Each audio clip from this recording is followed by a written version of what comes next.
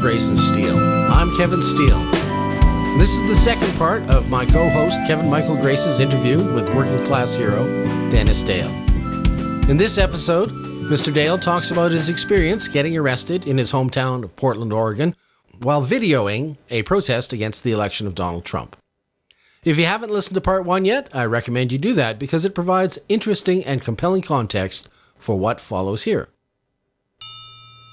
Well, Dennis, it's an unexpected surprise to speak to you again so soon after the first time that I interviewed you and before the first interview has even been broadcast, because you have been in the news in the last few days. So why don't you tell us how you got into the news? I mean, don't spring the big reveal all at once. I understand that you were engaged in a little citizen journalism in Portland. Yeah, it's a hobby of mine, sort of. You went to Cleveland for the Republican convention, right? I did, yeah, and it was a lot of fun, but it was disappointing because we all thought, it was going to be 1968, and I was all geared up for what I was jokingly calling it riot tourism. But anyway, I went there. I saw some interesting things. I actually got caught in the middle, not caught in the middle, but I was just on the edge of that scuffle that, I don't know if you saw it, really hilarious. I'm out in the middle of Cleveland Square. Nothing's going on. I'm filming these supposed communist kids with red flags, right? And then all of a sudden, out of nowhere, Alex Jones shows up. And he's got a bullhorn and he's moving toward them and he's challenging them, typical Alex Jones style.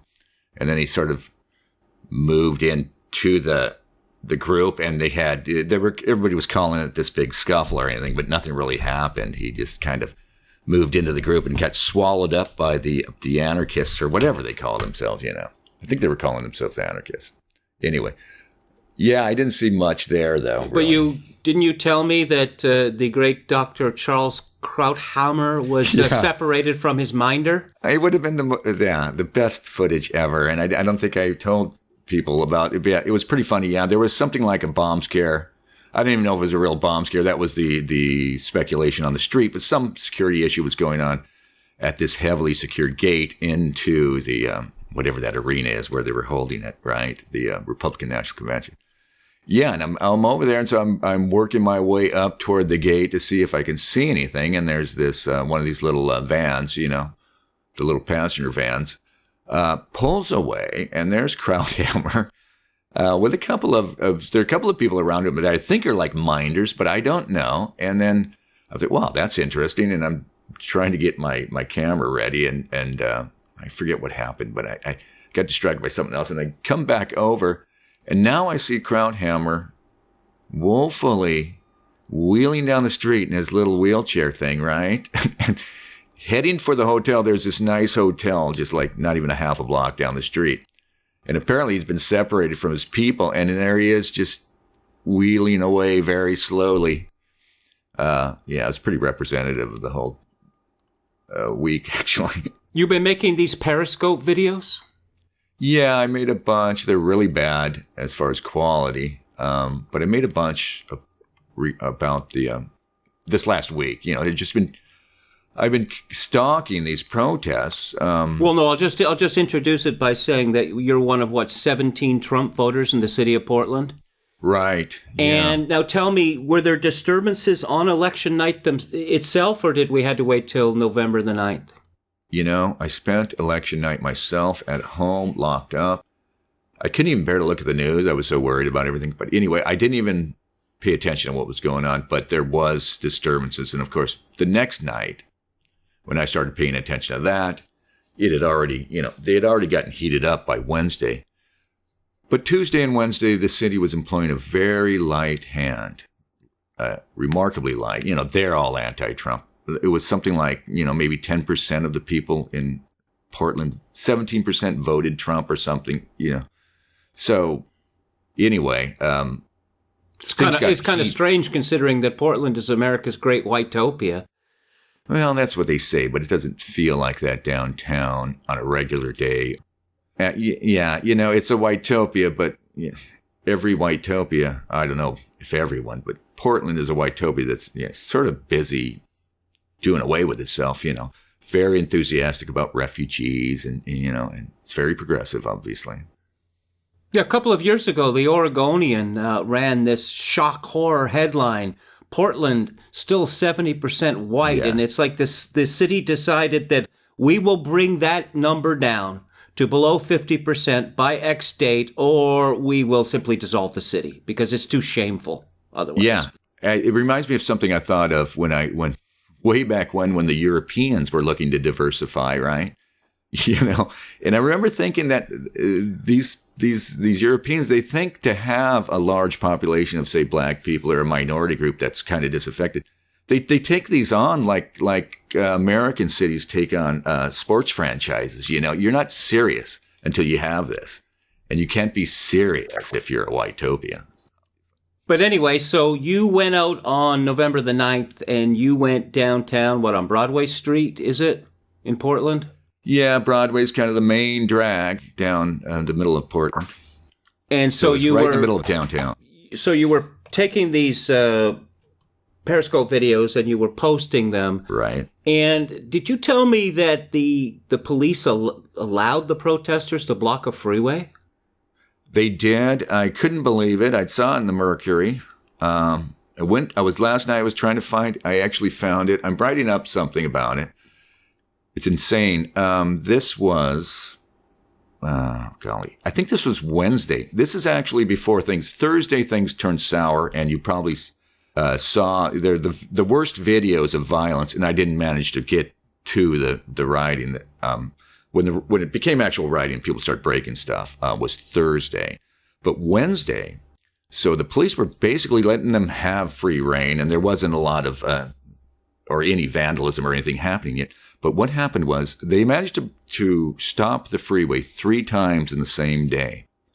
And the first time, the protesters are heading for the freeway, and the police, anticipating they're going to block it, go on up ahead and block it for them as a sort of courtesy.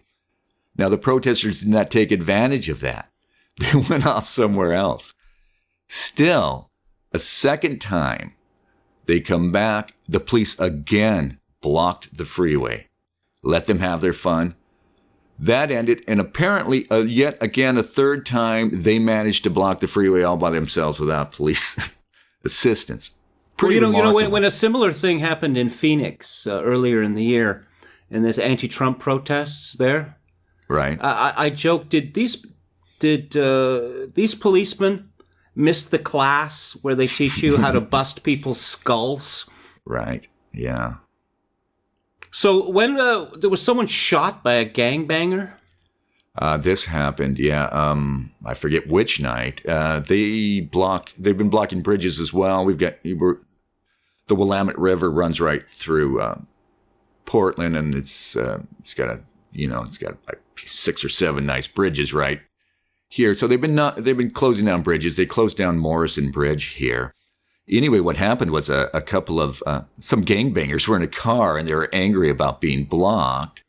So they pulled up and started yelling at the protesters. One of the gangbangers eventually gets out and starts shooting, and might have shot randomly, but he ended up hitting a protester in the leg. What did this guy call out? Hey, Juero, you blocked the wrong cholo. Did he? No, I'm just making that up. No, they were black gangsters. The names suggest they were black gangsters. Totally narrative unfriendly, of course.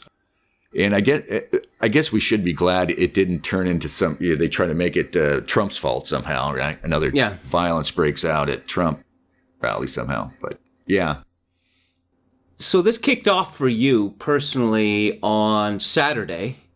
Yes. How many days consecutively had you been out there on the street documenting this? I first got out there on Thursday. No, Wednesday. I was tracking them as early as Wednesday, I think. I couldn't find anything online, so I was literally chasing the cop helicopter because it tends to hover right over where they are. And so I crossed Hawthorne Bridge, found nothing. Something had happened, but they were gone. Came back across and happened upon a candlelight vigil. I've got some hilarious Periscope video of that. But anyway, that was Thursday, sorry. Yeah, Thursday. So anyway, I go home, I turn on the internet, and I find, they're riding in the Pearl. So I head out there, and I miss them. Then I head south through downtown, and I found a little something. The cops had squared off with them, and that was this was the first ugly night, Thursday. So Friday night, how was that? Friday night. What happened Friday? It was more of the same. Now they had taken to, so now the cops are not using a light hand anymore. Thursday they abandoned the light hand, and they were using tear gas and these little flashbang grenades, they call them. And I read in the paper that they were using something called pepper pellets or something, but I didn't see any evidence of that. But anyway, now the cops have totally changed their strategy, and they're using the strategy where they just create a wall and march down a block, when people are refusing to leave. And literally, I think they want people to leave, and then the last few diehards who remain behind might get arrested. But as late as Thursday, they'd only arrested 25 people total, even though supposedly thousands were on the street that night, and there was supposedly $1 million in damage done in vandalism. So let's fast forward to Sunday evening. Sorry, not Sunday evening, Saturday evening. Saturday. When did you hit the street? I wasn't out there very long. I managed to get away from something, just enough time. I knew something was hopping, so I head downtown and park my car, and it's about 10:30, I think. And I get to Broadway, and it's really heated up. There's tear gas in the air, and the cops they have this routine announcement they give over the loudspeaker. The cop comes on and says, you have to clear the street or you'll be arrested or subjected to riot control measures. So they're in that mode, and the protesters are refusing to leave Broadway. And I haven't seen any particular reason why the cops are kicking them off the street, honestly, other than they refuse to leave. I didn't know that. I saw one person kind of lamely throw a bottle of water when I was in the crowd. That just sort of landed and lamely rolled toward him. That was the only real aggression to the cops I'd seen yet. Didn't you mention to me that you heard from a cop saying to another cop or something, giving the impression that their patience was exhausted? Oh, yeah. I mean, they were... 5 days, something like that? 5 days. Oh, right. There was a cop berating one of these guys about it's 5 days. And I didn't even realize it at that point that it had been going on since Tuesday, And, the cops were definitely fed up. And Saturday was when they decided, I think even Charlie Hales, the progressive mayor, warned people beforehand, don't go on the streets tonight, Saturday was the night they decided to clamp down finally on it. So when did the police move in on you? Right. So I get there about 10:30. I hit Broadway, and I'm just filming. And they probably got me within an hour. I think I was arrested before midnight. Then I spent an hour sitting on the concrete. No, explain to me precisely what happened. I mean, that you were on the street. You had your smartphone. You were taking videos. Right. And so, is it the proverbial hand on the shoulder, or I've never been arrested. So tell me what happened. Yeah, well, it was pretty pathetic. But anyway, yeah. So my strategy was to get in with the diehard protesters and film. Right. So I'm right behind them as they square off with the cops. The cops would. So the cops have their strategy of massing across, and they before they march on you, they'll throw some stun grenades or some tear gas or both.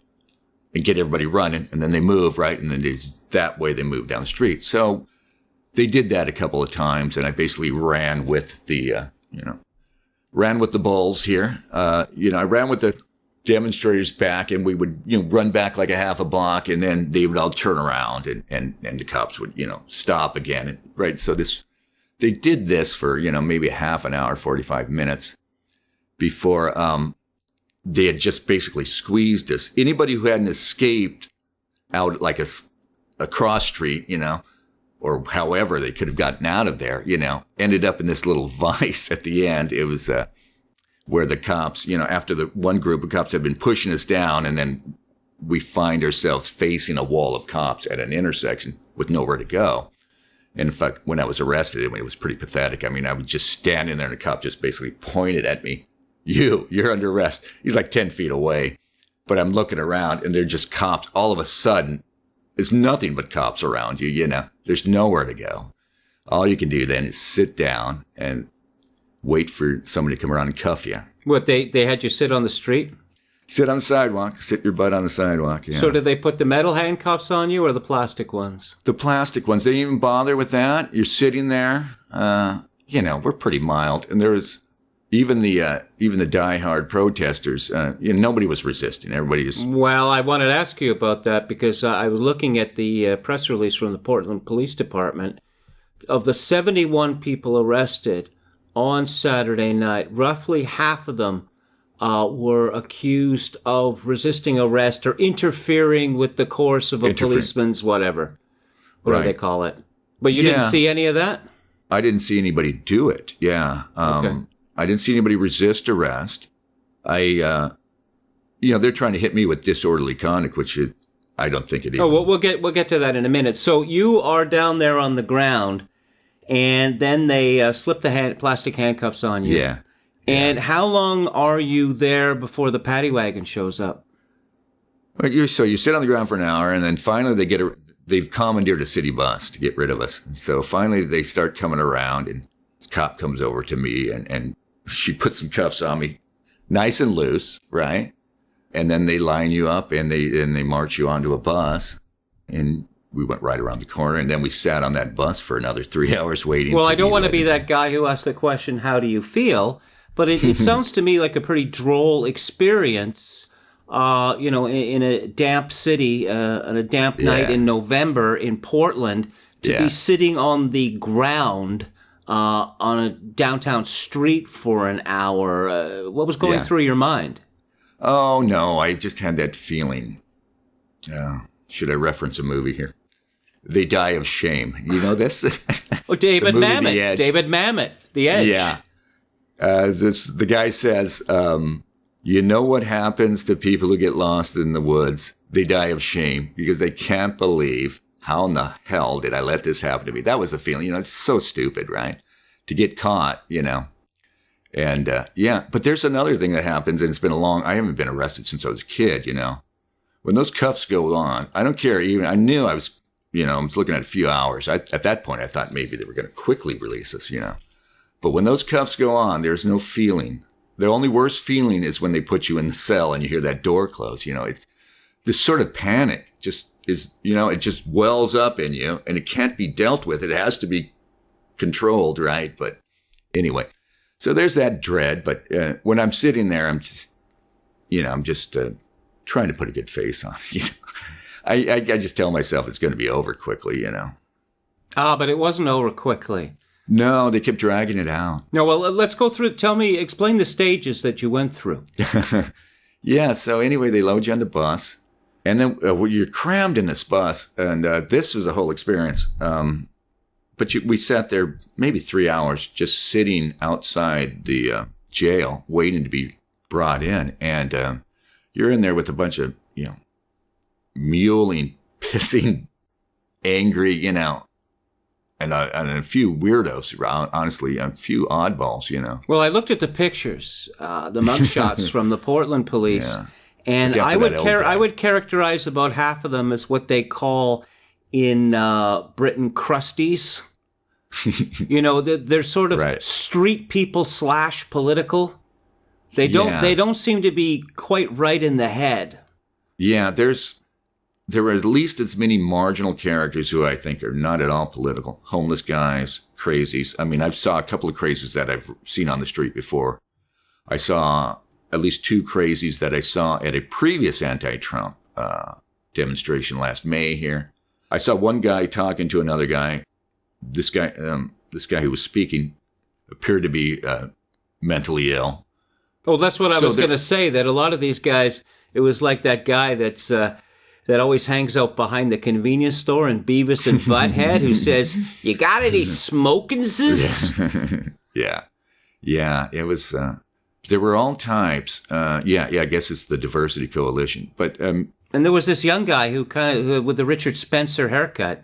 He was kind of odd did you to see that? Yeah, I was looking around. See, those pictures are posted as you're waiting, you think to be released. those pictures are all posted on this video screen. They're in front of you, and we're all sitting there waiting to see this little yellow notice that says you've been processed and you can go, But anyway, we're looking at those pictures, and there are a couple of guys in there that look remarkably good, And actually, I'm looking at those pictures, and I'm thinking they're actually kind of flattering, because as odd as we looked, as bad as we looked, in the pictures, we look much worse in person, I think. No, I just, I'm sure this happens a lot. There's people with their mug shots. It's like the passport photo or the school portrait. Yeah, like just the absolute worst day for an acne breakout. I get arrested. Yeah, mine was pretty good. So there were several stages to this process. Yeah. You want to name them? Well, okay, you get at the bus, right? Finally, they march us off that bus, and then you're into the processing part of it. What are they leaning? Where you're all sitting on benches or something? Because there's 71 of you, which is I imagine for Portland, there have been few days in its history when they have processed 71 people at the same time. Right. So they took you off the bus in stages, and I'm in the back of the bus with basically the dregs. I'm in between a couple of guys that are beyond obnoxious. One is taunting the cops, the worst way, and another guy. This real idiot, sort of chav kid is complaining about having to go to the bathroom, and they just won't let up. And did you tell me that one of them was screaming at the cops that they were faggots? Yeah, and so that prompted a whole crisis. This guy wasn't afraid of getting stomped? The cops showed remarkable restraint, I guess they have to, but yeah. This guy is saying to the cops, the worst kind of thing you could say to somebody, you know what I mean? And the cops are just lining up, and they're just looking at him, right? And I think they can't believe it, and they want to haul him off and beat his ass. But anyway, I'm sitting next to this dude, right? And the other guy, there's at least two more troublemakers in this row of 5 that are stuffed in the back of the bus. So I'm in this group, right? And I almost think that the reason I got out of there almost last, along with those guys, is because I got lumped in with them. You didn't feel yourself coming up to say, sir, excuse me, I don't know these people. I don't know why I got lumped in with them, and nothing that they say reflects my own views. I want that noted for the record. Yet another movie reference, an Army of Darkness, when they line Ash up along. The guy from the modern era finds himself suddenly in this medieval battle, and he's lined up alongside these medieval warrior types, right? And he looks to his sides and he says, "Hey, wait a minute. I don't even know these assholes." That was basically me, but I didn't say anything. I didn't reveal myself, I was sitting next to a guy from the Lawyers Guild who was there as an observer.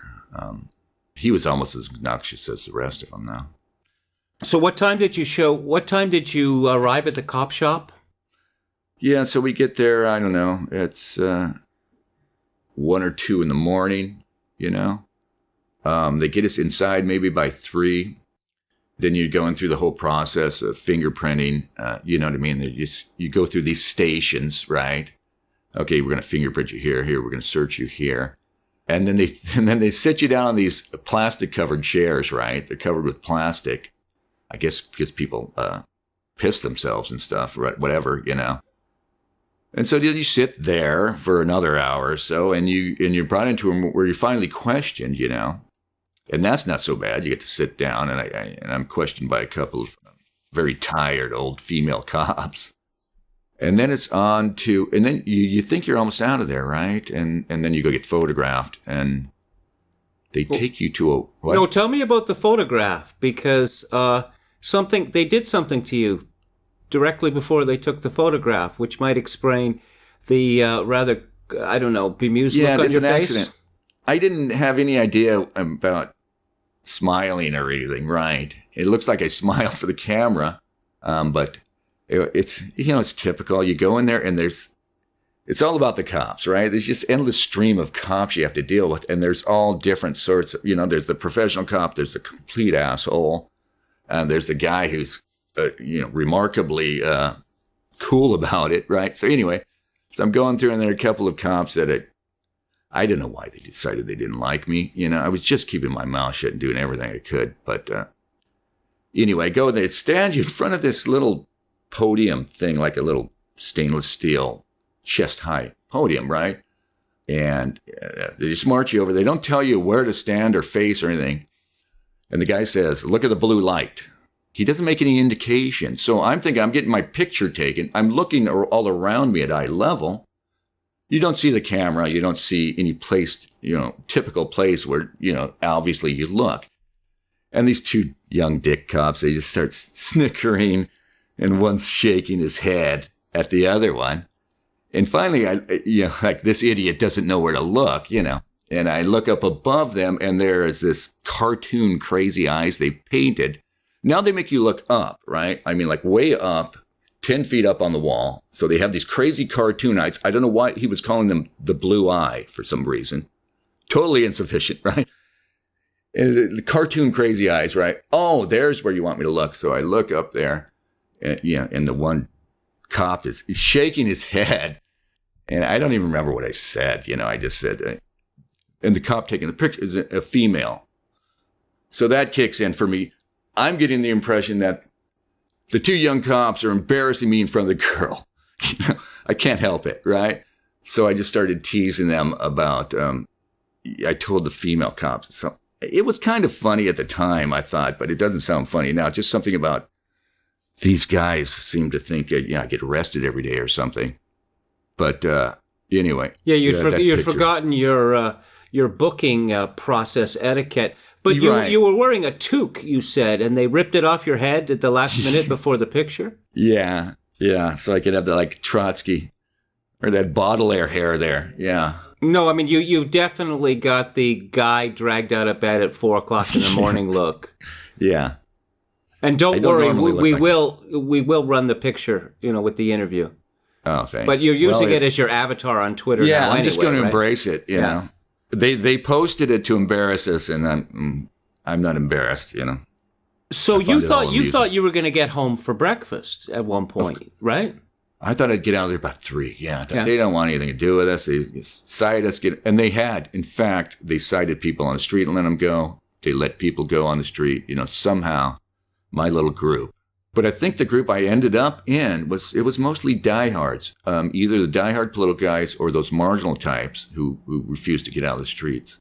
I saw 1 or 2 other people there who might have been regular civilians like me getting caught up in it, So at what time were you taken to the cell? Oh, yeah. So go through all that business with the process. You've already been in here, it's almost 3, right? So now you think you're okay because they've taken off the cuffs. And you're almost free to roam, not roam, but, they've taken off the cuffs. From this point, you've been, you're in cuffs. You don't go in, you sit here, don't do anything, I'd already been yelled at once by a cop, because I wasn't even sitting fast enough, right? But now you're processed, supposedly. So you go and sit over in a little dingy waiting room, right? With a bunch of rows of chairs facing away, a wall with a TV on it. They got a Coke machine or something like that in there? No, they have bathrooms though. I mean, the bathroom's right there, and you can just go in the bathroom at your leisure. So I'm thinking this means I'm just steps away from being pushed out the door at this point. And like I said, they got this big video screen that has all those mugshots on there, and your status is on a bar underneath. So everybody's sitting there waiting for their status to go yellow, which means release, right? And just to make it profoundly depressing, they're airing these public service sort of commercials for something called PREA, which is an act to prevent jail rape, right? So they're running this ad on a loop of this old con talking about his experience getting raped in jail and how it's okay to tell somebody about it. Probably best though if you can avoid it happening to you. Yeah, right. So anyway, that's about as depressing as when you see them taking the shoelaces. When I saw them taking a guy's shoelaces away, I thought, oh shit, they're going to put us in a cell. They took my belt, right? Right. And, sorry to interrupt. No, I told you that someone I used to work with at Alberta Report, he got arrested because he was very bad at not paying his traffic tickets. And then, it was some picayune thing like not coming to a complete stop or an illegal left turn where there's no traffic in sight. And he gets stopped by the cops. They run his license plate. He has all these outstanding tickets. So there's a bench warrant. He gets hauled off to jail. And he told me, I always wondered why they would, take people's belts and shoelaces. And then he said, then they took my belts and shoelaces, and then I realized why. Yeah, you're almost handing them over at that point, I imagine. Yeah. Take them, yes. So anyway, you're in that waiting room, and that's another hour, 2 hours. It's 3 or 4 a.m. now, right? And at each of these stages, somehow I'm like among the last guys to get moved along. So anyway, you're in that waiting room. They're pulling us out in 2s and 3s, calling your name and pulling you out. You line up. All right, follow me. So they've depleted our group that way, and I'm among the last. And so finally, my name is called, right? So I go and I line up, getting out of here, right? They march us down the hall. You go around one corner, around another, and then you stop right in front of this very ominous looking.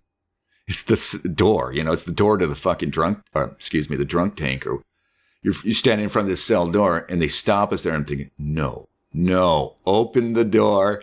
In you go. And you look, and there's all the guys that had been marched off previously that you thought were getting released. No, they had just moved us all into this holding cell at the next stage. And it smells awful. And there's like 20 of us in there to start with. This one miserable holding cell, nothing but the concrete bench and one bare toilet at the end, Yeah. So, and we is there a drain in the center so they can sluice it off easily? I think so. Yeah. It's pretty awful. Somebody choked very grimly. I wonder how many people died in here. People probably have, right? I bet that broke the tension. Yeah, thanks, man. Oh, it was awful. Yeah, we had these kids who were just awful, and these 2 or 3 kids who just kept whining and talking. And I'm surprised. I mean, there are a couple of us on the outside who are silently watching these kids, and a couple of us, we're kind of scary looking. There was at least one guy I thought was a little dangerous looking, but somehow these kids got away with yammering away annoyingly for maybe the first half hour, and they finally died down. Well, the guy who's directly to the left of you on the same row that you're on in that group. Right. If I saw that guy, and if I'd read that, they found 7 bodies buried right. In his backyard, I would have thought, he's got the face for it. Yeah. Yeah, I recognize about half of those guys as my companions there in the holding tank that night. Some of those guys, I've recognized 2 or 3 people from around town, in fact, like I said. So how long did they have you in the drunk tank for? So you're in that drunk tank, right? It's 3 or 4. I'm thinking, okay, let's gut it out. Couple more hours. I was in that bad boy until 10 a.m. So I was in that for another 5 hours or so. Did you get up and walk around? Yeah, what you do is, like I said, those idiots, and they're all in there, and they're all yammering like they're going to talk their way out of this or something, and complaining and bitching. Surprisingly, there are no fights breaking out. But everybody settled down eventually, and we all just try to sleep. I mean, the best thing you could do, right? Try to sleep a little. So you're all curled up on this concrete, trying to figure out how to use a pillow, fashion some sort of pillow. Somebody gotten a hold of the toilet paper roll. That was a pillow. In fact, I was using it towards the end there. But yeah, you just try and sleep, and you get up and walk around, and then you got to go and you use the bathroom, and that's a whole thing, right? Just hate doing that, right? You're using the bathroom in front of everybody. It's ridiculous. Yeah, and then there's this one dude who just paced the cell, too. It's kind of scary looking guy. But I don't know. No, I've noticed. I wondered about that, the pacing, because I am a pacer myself. Yeah. And I've had this, you do these things, you have these nervous habits, and you don't pay any attention. And quite a few times in my life, I've just been practically knocked down by someone shouting at me, "Will you sit the fuck down?" Yeah. Well, I would. Normally I would, but it's so crowded in there, and I'm just laying low the whole time, I am just kind of torn between not wanting to reveal myself to these guys, for one thing, and just... No, but it's not. It's not like the movie cliche where they find out that you're not like them at all and they're fascinated. Well, tell us more. So you voted for Trump. So was this like a spur of the moment decision, or if it was a decision you came to a long time ago? And if so, why? What were the reasons? Yeah. Was it because we consider ourselves to be alienated as well, but we went in a different direction. Yeah. I don't know. I saw a promo for Dinesh D'Souza's last movie. Apparently it's about him going to jail and converting cons. I thought that was pretty hilarious. I saw a clip, and there's D'Souza, and I suppose he's explaining probably free market ideology to some rough-looking cons in jail. You know what that guy looks like, right? Yeah. You know how he talks? Right. He talks like an Indian who went to an Indian private school, how they talk. I don't see a lot of sympathy there in the American prison population, but, who knows? I could be wrong. So they let you out at 10 o'clock in the morning? 10 a.m. And what did you do? What did you do then? Well, I went to get my car, expecting to have a ticket because I'm parked on the curb after 7. Car's gone. And I'm thinking, I know where I parked it. I'm going to go to the spot. There's the spot. It's empty. There's this big white delivery van that I parked behind. That's still there. I'm like, oh, great. I walked I'm thinking, I just got out of a holding cell, right? I've slept, barely. I'm ditzy as hell here. So let me just walk around and see if I somehow misremembered it. Anyway, the car is gone. So I've been since then, I've been trying to find it. I reported stolen yesterday, finally. The cops seem to think it had turned up, that it might be bouncing around in the impound system. I might have got towed. My conspiratorial mind, of course, is thinking, they looked up my car reg and found it and towed it, and, they're searching my car or whatever. But anyway. No, I've been, you told me this story. The police don't seem to be entirely convinced that your car was stolen. Yeah. And I don't know, maybe some rogue tow truck driver took it. Yeah. And I'm remembering that nightmarish scene in Tom Wolfe's A Man in Full, and I'm beginning to worry about you being arrested again all the time, shouting, "This is not right." Right. I mean, and they're going to find out I'm a Trumpkin, right? And then they're really going to turn their ire on me. Yeah, it's pretty funny.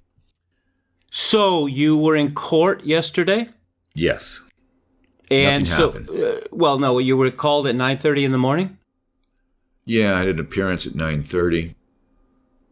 So I barely make it into the courtroom, and I see a bunch of the people, from those photos, and we're all in there, and the DA gets up, she reads off a list of names and says, if your name was on this list, go home and come back on the date on your citation, which is December 8th, So it's just one of these pointless things they do. I could have stayed in bed.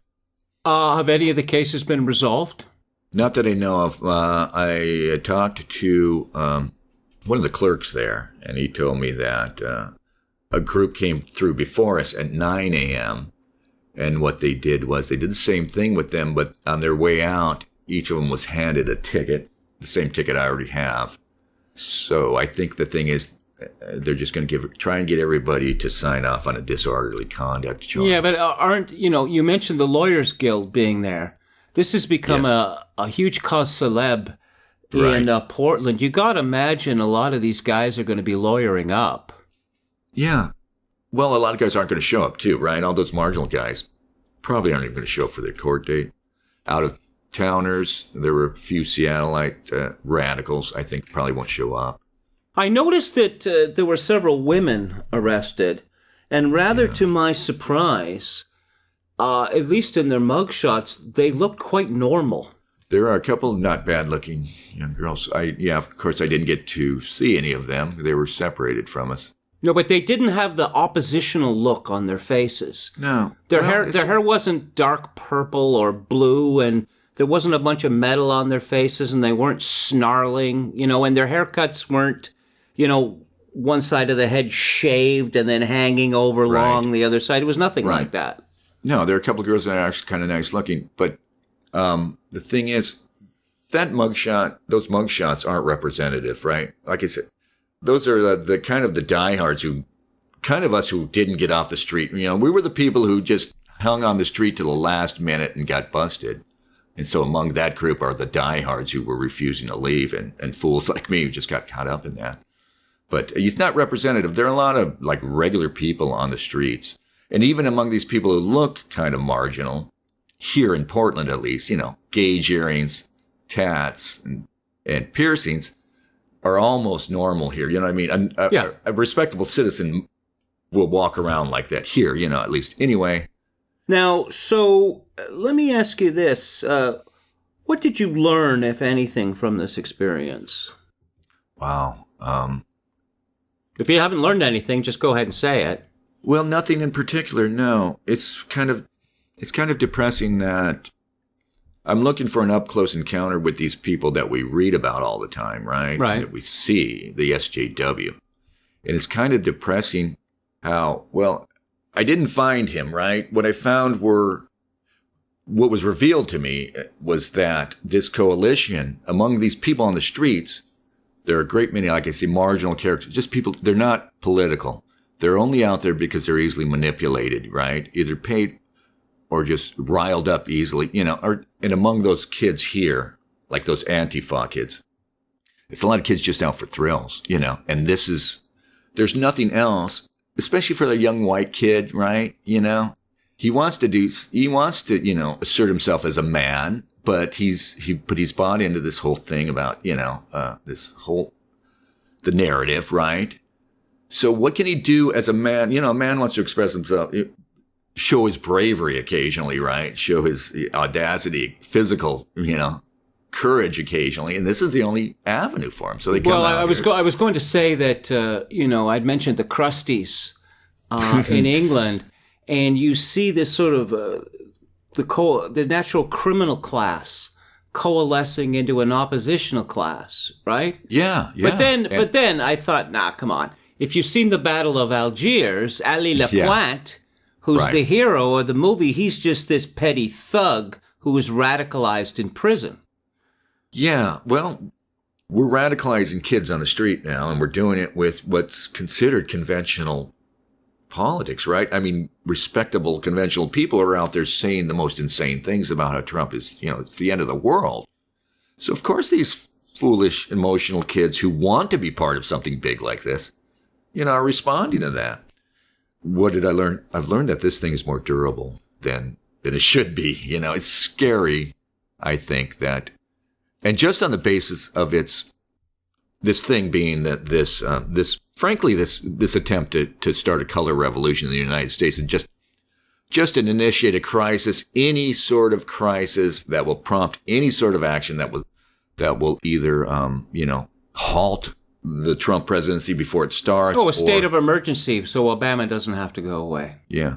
I told you I was stuck next to this Lawyers Guild asshole. Right. I should call him an asshole, but... So I thought, first thing, he says, oh, yeah, I'm the Lawyers Guild guy. I said, great. I'm sitting right next to the Lawyers Guild guy. I've got, so I ask him, oh, I can't give you any. He's worthless for legal advice. He's absolutely can't because he's just an observer. But he's free. He's most generous with the political theory, right? And he's trying to educate the chavs on the finer points of what they're doing out there. Most of them don't give a shit. But he did sort of reveal to me, I think, what the strategy is, in that he was talking about this and he was trying to reassure these guys, it's not that bad. He says, all we need to do is just hold on for the 2 years and then the midterms come around. So I think the thinking is, if they can't do something, if they can't, prompt a crisis now, at the very least, they're just going to try and hamstring this presidency, make it a crisis-filled, tumultuous presidency until the midterms, and they vote, overwhelmingly Democrat. Well, I guess that fellow was too young to know about Reagan and the Air Traffic Controllers Guild. Right. For the benefit of younger listeners, they went on strike early in Reagan's presidency, very early, and he fired them all and had the union disbanded. Yeah. And people said, hey, we're liking this new look tough guy president after 4 years of Jimmy Carter. That was a little preview of Trump. Yeah. But one last question before I let you go. That Portland has been a shitlib city since the 1980s. So now you have this strange cognitive dissonance where a very anti-Trump city has these riots break out. Now, on the one hand, the city fathers and mothers and non-binary folk there in Portland, they have to be pleased that they're at the vanguard of the resistance. On the other hand, they don't want their city burned down. Yeah. So how are they dealing with this? I'm walking around among regular people, and I don't see the hysteria that's supposed to be out there. But I don't see any indication that they get it still. When the little encounters I have with people, keep in mind, I don't always reveal myself. I mean, most of the time I don't. You just can't. People just shut down. If I would just tell them what I think off the bat, they wouldn't even talk to me.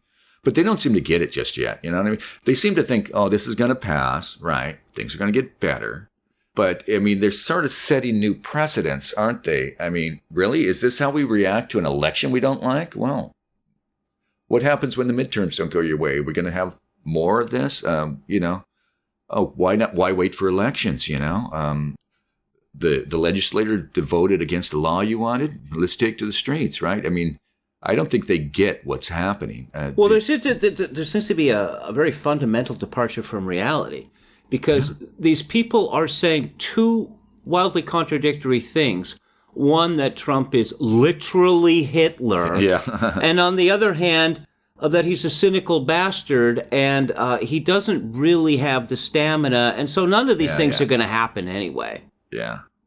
Well, if none of these things are going to happen, why have you been so upset about the whole business? Obviously, I didn't ask you this in the first part of the interview that we did. But I mentioned this in last week's podcast, that this collective nervous breakdown, collapse, whatever you want to call it, I knew there was going to be a freak out. I had no idea that it was going to be this bad. The intensity. I'm laughing at these people. On the other hand, I'm thinking, I think I want America to become great again, but America can't become great again if its people, all have to be heavily medicated to get through the day. We need to remember about these people. It's you get on Twitter and you read the shit they're up to. It's really easy just to write off this half of the country as being hopeless. But there are kids and there are cousins, there are people. They're not they weren't born different from the other kids of their generation, right? They've been stewed in this shit. That's really what's happening here. Then again, I have to think they're all on antidepressants and they're all been brought up in the special snowflake, environment. So but older people, it's not just millennials who are acting like this. I'm thinking maybe this is a real turning point in society. Because you recall what happened. Look at you hear about the veterans, American veterans, how many commit suicide every day. Ever since Vietnam, this idea that the American veteran is going to be suffering from PTSD and is going to be some sort of a basket case. Right.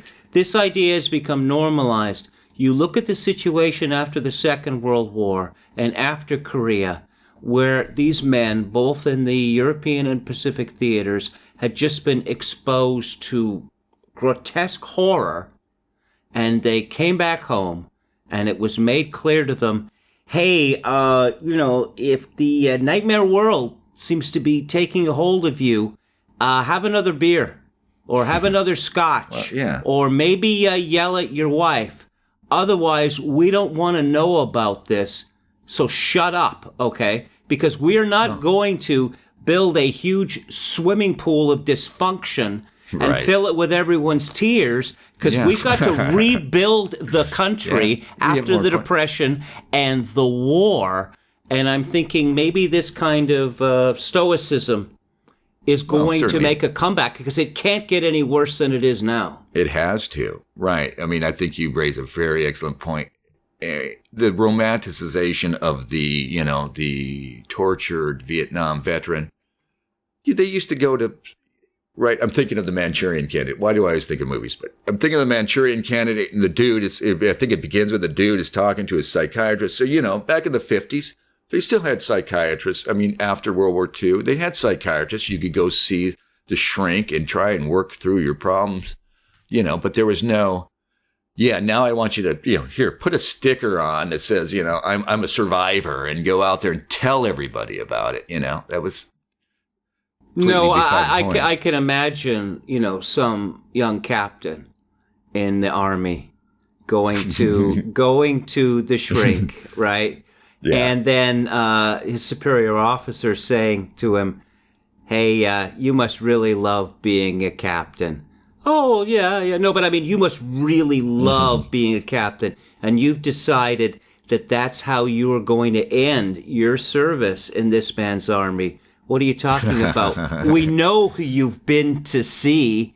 You think that you're going to keep getting the promotions after that? Right. I kind of think it was like that, don't you? Yeah. Well, I mean, up until just recently, right? Being in psychoanalysis was something someone generally kept hidden if they were a professional, right? If you were working your way through the executive ranks, you didn't tell people you were seeing a psychiatrist.